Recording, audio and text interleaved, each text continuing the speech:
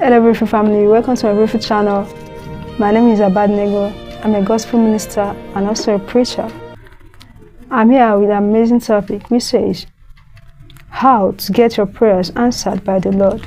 What are the things as a child of God to do for you to get your prayers answered by God? I have some amazing points here, but firstly we're going to talk about the word prayer. What you understand by prayer. Prayer is a communication between God and man. It's a communication between humanity and divinity. There are things to do for you to get your prayers answered as a child of God. The first thing I have here is faith. We all know the word faith. It's believing on something that you are not sure, but you know that God can do it. We are going to look at the Bible, a man called Abraham. Firstly, we are going to check the book of Genesis chapter 12, verse 1. We are going to read. And the Lord said unto Abram, Get out of thy country, and from thy kindred, and from thy father's house, unto a land that I will show thee. And I will make thee a great nation, and I will bless thee, and make thy name great, and thou shalt be a blessing. 3. And I will bless them that bless thee, and curse him that curse thee. And in thee shall all families of the earth be blessed. 4. So Abram departed as the Lord had spoken unto him, and Lot went with him. And Abram was 75 years old when he departed out of Haran. 5. And Abram took Sarah his wife, and Lot his brother's son, and all their substance that they have gathered, and the souls that they have gotten in Haran. And they went forth into the land of Canaan. And into the land of Canaan they came. 6. And Abram passed through the land unto the place of Shechem, unto the plain of Morah, and the Canaanite was in the land. 7. And the Lord appeared unto Abram, and said, Unto thy seed will I give this land, and there build an altar unto the Lord. He appeared unto him. 8. And he removed from hence unto a mountain on the east of Bethel, pitched his tent, having Bethel on the west, and high on the east, and there he built an altar unto the Lord, and called upon the name of the Lord. Here the Bible is talking about Abraham, how he obeyed the voice of God. Even without sin, he still obeyed God when the Lord asked him to leave his father's compound, his father's country, and go to a strange land, which he will show unto him. The Bible said Abraham obeyed the Lord, and he took his household with him. The second person we have is Daniel. We are going to look at the book of Daniel chapter 3, verse 16. Daniel 3, verse 16. And the word of God said, Shadrach, Meshach, and Abednego answered and said to the king, O Nebuchadnezzar, we are not careful to answer in this manner. 17. And if it be so, our God whom we serve is able to deliver us from the burning furnace, and he will deliver us out of thy hand, O king. 18.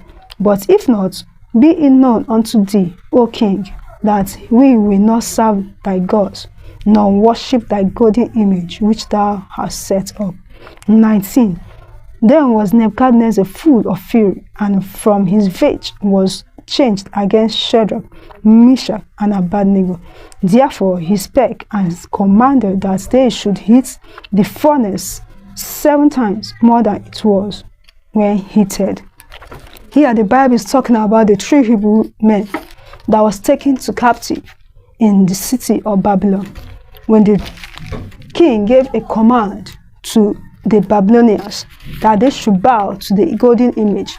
These 3 Hebrews stood for the Lord. They stand on their faith and said they cannot bow to the golden calf because they are serving the living God. The third point I have here is praying with the word of God. The word of God is power. The word of God is fire. And the word of God breaks every mountain to pieces. The word of God is everything we have. As a child of God, we cannot do without the word. The word of God is an armor. The word of God is your shield.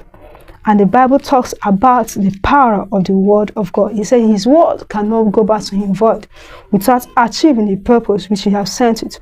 The word of God is everything that we have as a child of God. The fourth point I have here is thanksgiving. Family, as a child of God, you cannot do without thanksgiving. Most of us are ungrateful. Even with the little things God has done for us, it is hard for us to acknowledge the little things the Lord has done. Learn how to give thanks to the Lord, even with the little the Lord has given to you. It doesn't matter how little it is, but learn how to give him thanks. David was a man of thanksgiving. That's why the word of God said that he's a man after God's own heart, because of the act of thanksgiving. The fifth point I have is trust and believe. This is where many children of God get it wrong, because they did not believe. Most pray, but they don't believe in their prayers. Most seek God, but they don't believe that God can give them what they want. Belief is what can change a man's story. Even Abraham believed God, even when he did not know where God is taking him to. When the Lord asked him to leave his father's country and go to a strange land, he believed God, he trusted God, despite not knowing the exact place, the exact country or exact vicinity he's heading to, but he believed that God can do it. He believed that God can change his story, and he believed that even in a strange land, he can still make it. The fifth point I have is prayer. Pray in alignment with your predicament. Pray in alignment with your situation. It doesn't matter the situation you find yourself in. Pray in alignment with your situation. The truth is that many children of God pray, but the truth is that they don't pray with alignment with their predicament. They pray outside their problems. Pray in alignment with your predicament. The story of Hannah in the Bible, 1 Samuel chapter 1, verse 10. And the Bible said, Hannah prayed unto the Lord, say, if only you can give me a male child, I will give it back to you. He made his prayer specific. He was asking for a son. Pray with alignment with your problem. Be blessed and remain blessed in Jesus' name.